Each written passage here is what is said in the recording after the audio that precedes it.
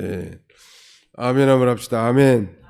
예. 여기 2절 말씀, 기도를 들으시는 주여 모든 육체가 주께 나오리다 그랬는데, 오늘 이 말씀에 의지해서 기도를 들으시는 하나님, 이런 제목으로 잠깐 말씀을 상고하고 기도하고자 합니다. 제목을 한번 따라 잡시다. 기도를 들으신 하나님.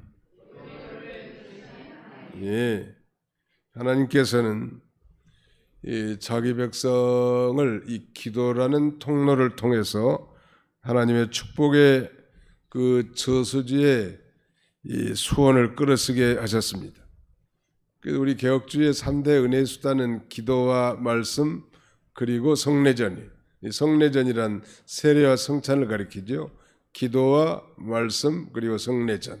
성례전이란 세례와 성찬을 가리키는 소위 가시적 설교이기 때문에 이 우리 개혁주의 은혜의 수단 두 가지만 얘기하라고 한다면 말씀과 기도라고 할 수 있겠습니다. 늘 우리가 말씀을 듣고 기도하는 삶, 이것이 우리 개혁주의의 기도의 특징이 하나님의 말씀을 붙들고 기도하는 것이죠.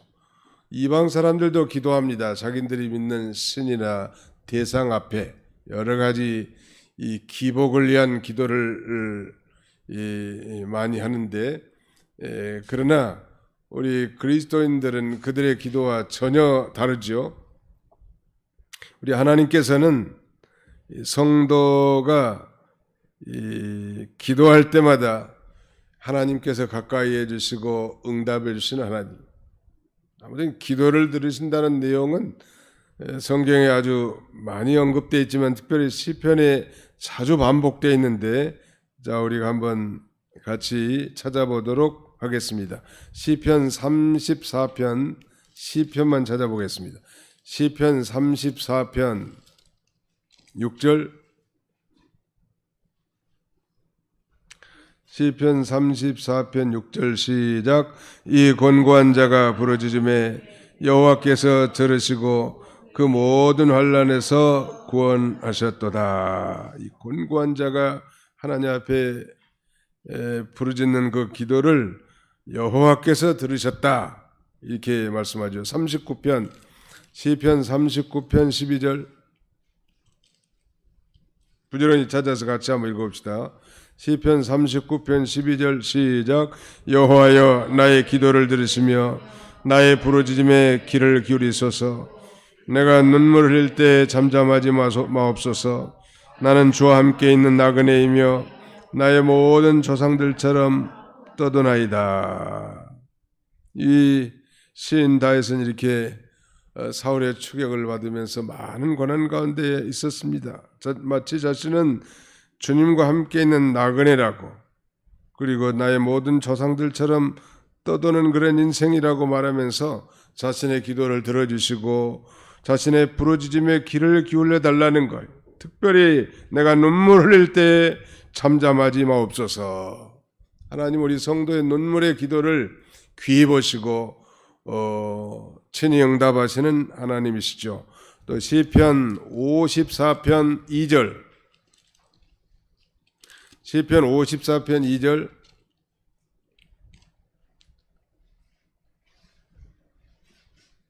같이 한번 읽습니다. 시작. 하나님이여 내 기도를 들으시며 내 입의 말에 귀를 기울이소서. 이 다윗은 수도 없이 이렇게 하나님 앞에 자신의 이 환경을 다 토로하면서 그의 기도를 들어달라고 이렇게 간절히 애원합니다. 시편 55편 그 아래도 보시면 시편 55편 1절로 같이 읽어봅시다. 시작. 하나님이여 내 기도에 귀를 기울이시고 내가 간구할 때 숨지 마소서. 하나님이 간구할 때 숨으시는 분은 아니지만 얼마나 애타는 그런 환경 가운데서 하나님 앞에 기도하면서 자신의 기도를 들어달라고 이렇게 애원하고 있습니다. 또 시편 61편 1절,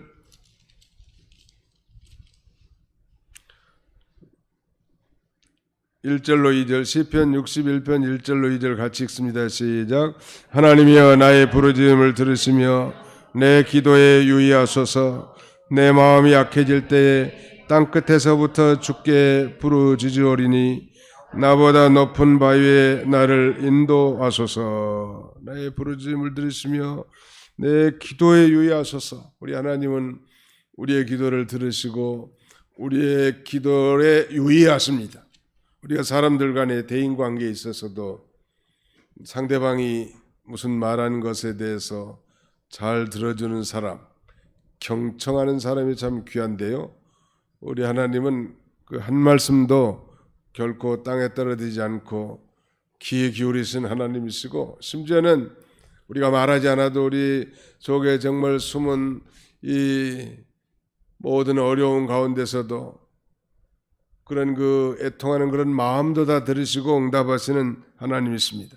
자, 오늘 보면 옆에 시편 66편 18절로 20절 또 같이 읽습니다. 17절부터 20절까지 같이 읽어봅시다. 17절로 20절까지 시작. 내가 나의 입으로 그에게 부르짖으며 나의 혀로 높이 찬송하였도다. 내가 나의 마음에 죄악을 품었더라 하면 주께서 듣지 아니하시리라. 그러나 하나님이 실로 들으셨으며 내 기도 소리에 귀를 기울이셨도다. 하나님을 찬송하리로다. 그가 내 기도를 물리치지 아니하시고 그의 인자심을 내게서 거두지도 아니하셨도다. 그의 인자심을 내게서 거두지 아니하셨도다. 오늘 구약시대의 이 다윗은 언약 백성의 대표라고 할 수 있는데요. 신약시대 우리 모든 크리스찬들은, 신약시대 우리 모든 성도들은 다 예수 그리스도의 피로 맺어진 하나님의 언약 백성들입니다. 이 언약 백성들을 향한 하나님의 놀라우신 속성 이 두 가지가 있다면 하나는 신실하심이고 다른 하나는 인자하심입니다. 인자하심을 히브리 말로 헤세드라고 합니다. 이걸 이 한글로 표현하면 언약적 사랑, 언약적 사랑, 너무 추상적인 것 같죠? 그것은 바로 아버지가 그 자녀를 사랑하는, 부모가 그 자녀를 사랑하는 그런 마음이에요. 우리는 그 부모가 자녀를 사랑하는 것은 그야말로 본능적인 것처럼 예수 그리스도의 피로 죄사함 받고 구원받은 하나님의 언약 백성들 향하신 하나님 아버지의 그 신실하심 뿐만 아니라 인자하심이 뛰어나심을 노래할 수 있는데, 그 대표적인 것이 바로 다윗은 그가 어렵고 환난당하고 고난당하고 추격당했을 때 부르짖는 그 기도를 하나님이 들으셨고, 내 기도를 하나님이 들으신 것 보니까 나를 향한 하나님의 그 사랑이 너무너무 놀랍다고 이렇게 간증하고 있습니다. 한 군데만 더 찾아봅시다. 시편 86편 5절로 7절, 시편 86편 5절로 7절 시작.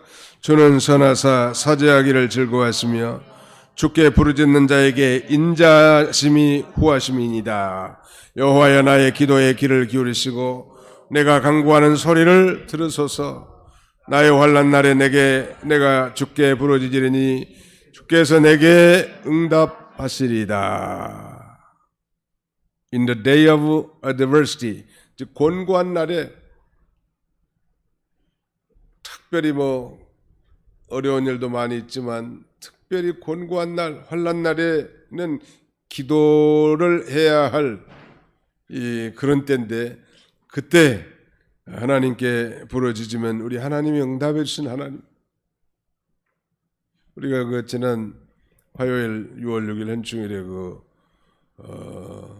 대전 복영교회 입당 감사 예배 15명 다녀왔는데, 그 성전을, 옛날 성전을 매매하고 또 새로운 성전 부지를 확보하고 설계사, 건축사, 시공사 그런 선정하는 모든 과정 가운데서 그 기도의 제목을 10가지를 놓고 구역별로 릴레이 기도를 계속했다고 하는데, 놀라운 사실은 그 10가지가 다 풍성하게 성취됐다고 그렇게 그 장로님이 보고하는 것을 들었습니다.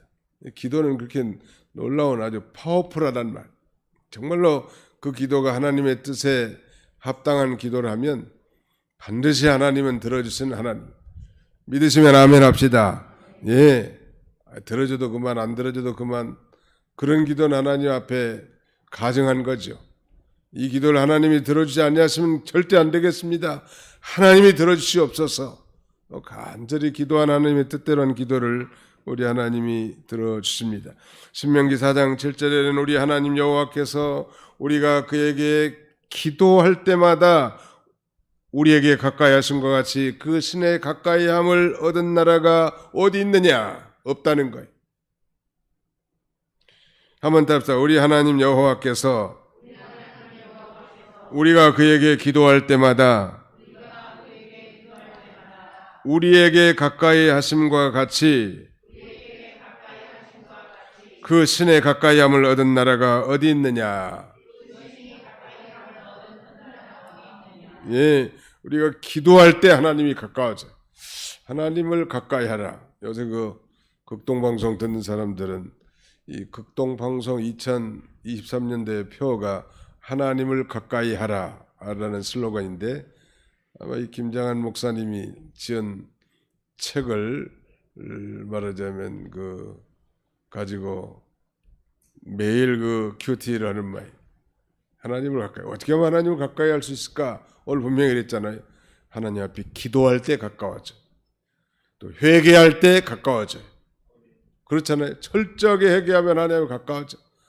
우리가 그러니까 그 역설적으로 죄를 짓고 기도하지 않으면 자기도 모르게 하나님이 멀리 떨어져 있단 말이에요.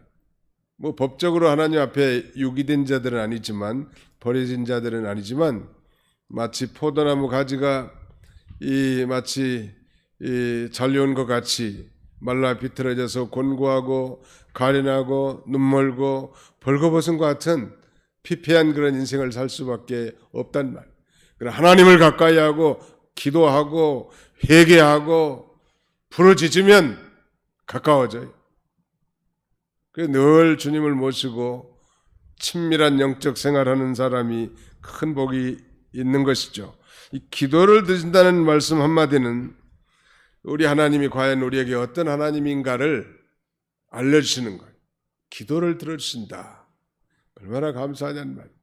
부모라도 자식들의 요구를 다 들어줄 수 없고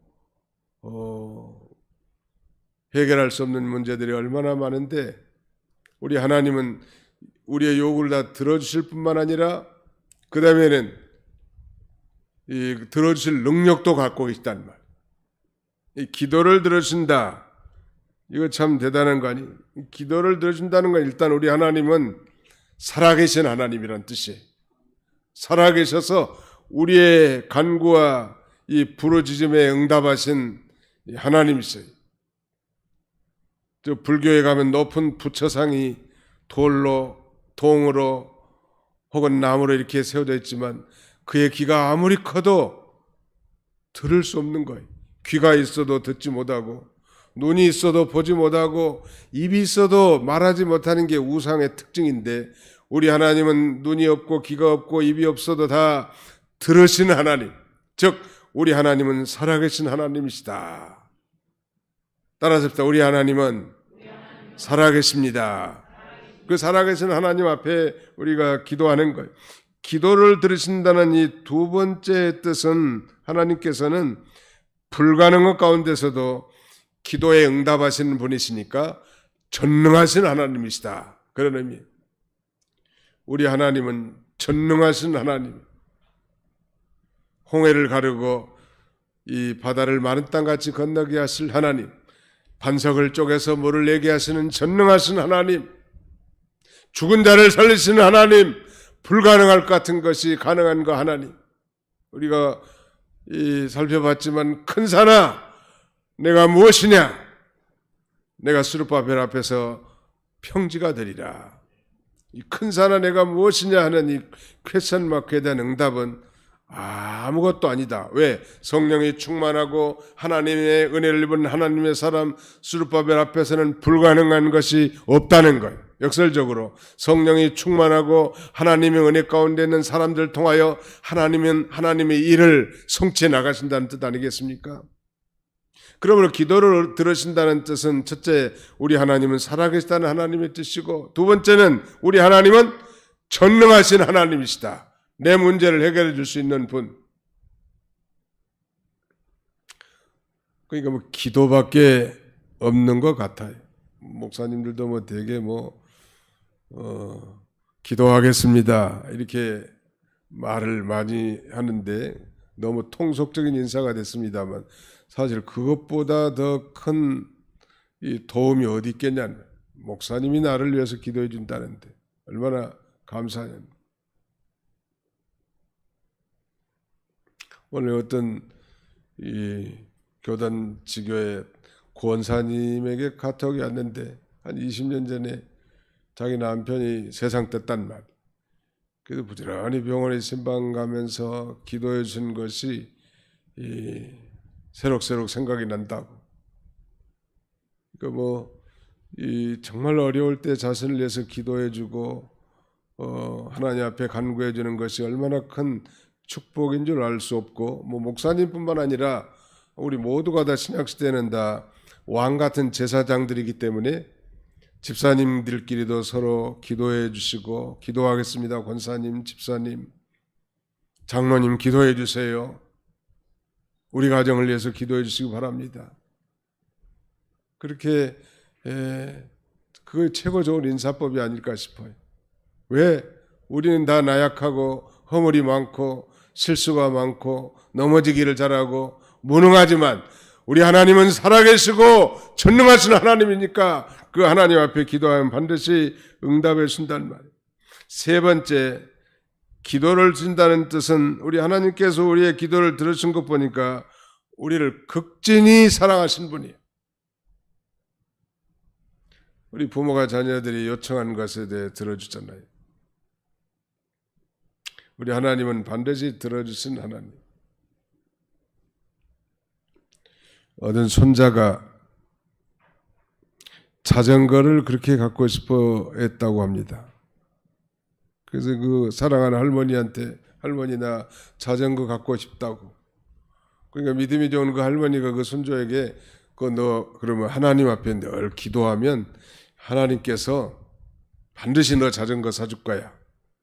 그렇게 계속 기도했는데 하루가 지나도 응답이 없고, 3일이 지나도 응답이 없고, 일주일이 지나도 응답이 없고, 그래서 이제 소리를 좀 내서 기도하기 시작했다가 이제는 자기 아버지가 들을 수 있을 만큼 크게 기도했대. 하나님, 할머니께서 간절히 기도하면 아버지 마음을 감동시켜서 자전거를 사준다고 하셨는데 아직까지 자전거가 도착하지 않았습니다. 그걸 아버지가 들은 거예요. 사줬겠습니까? 안 사줬겠습니까? 물론 사줬겠죠, 당연히. 그래서 할머니가 손주를 불러놓고, 얘야, 할머니는 하나님께서는 그렇게 소리 크게 안 질러도 다 들으신단다. 그러니까 그 손자 하는 말이, 하나님도 들으셔야 되지만요, 우리 아빠도 들어야 돼요. 그 아빠가 듣고 이제 응답을 해준 건데, 사실은 남 들으라고 기도하는 건 그건 바리새인 기도 아니에요? 하나님이 다 우리 심중에 있는 작은 신음소리도 응답하시는 하나님이신데, 아무튼 부르짖으면 일은 생기는 거예요. 그래서 요새 우리 총회에서도 세미나 같은 거 할 때 통성기도의 이 유익성에 대해서 많이 강조합니다. 워낙에 침묵기도, 말하자면 pray in silence, 침묵 속에서 기도하는 건 익숙하지만 발성기도, pronunciation, 이 prayer는 잘 못했다는 발성기도. 사실은 이 급하고 간절할 때는 부르짖을 수밖에 없잖아요. 다 유익이 있고 때와 시기가 있긴 하지만 두 가지 다 잘할 수 있으면 좋을 것 같아요. 조용히 오랫동안 기도할 때는 묵상 기도가 좋겠죠. 또 다른 사람에게 피해도 안 주고. 그래 정말 함께 기도하자고 할 때라든지 산에 가서 기도할 때는 정말로 눈물 흘리면서 간절히 부르짖는 기도를 우리 하나님이 응답하신다는, 기도를 드신다는 세 번째 의미는 바로 하나님이 나를 극진히 사랑하신다, 그런 말. 기도 들어주시는 게 사실은 오늘 본문의 요점은 하나님의 특별 은혜 가운데 그 첫 번째가 기도를 들어주시는 은혜가 첫 번째고, 이것이야말로 믿는 자에게만 해당되는 거 아니요? 이런 특권을 우리가 가졌으니 믿는 자에게 주신 하나님의 최고의 특권이 기도라면 우리가 기도를 쉬는 죄를 결코 범하지 않아야 할 것이고, 늘 쉬지 말고 기도하는 그런 삶을 통해서 풍성한 응답의 삶을 사는 그런 저와 여러분들이 다 되시기를 주님의 이름으로 축원합니다. 기도합시다. 기도하겠습니다.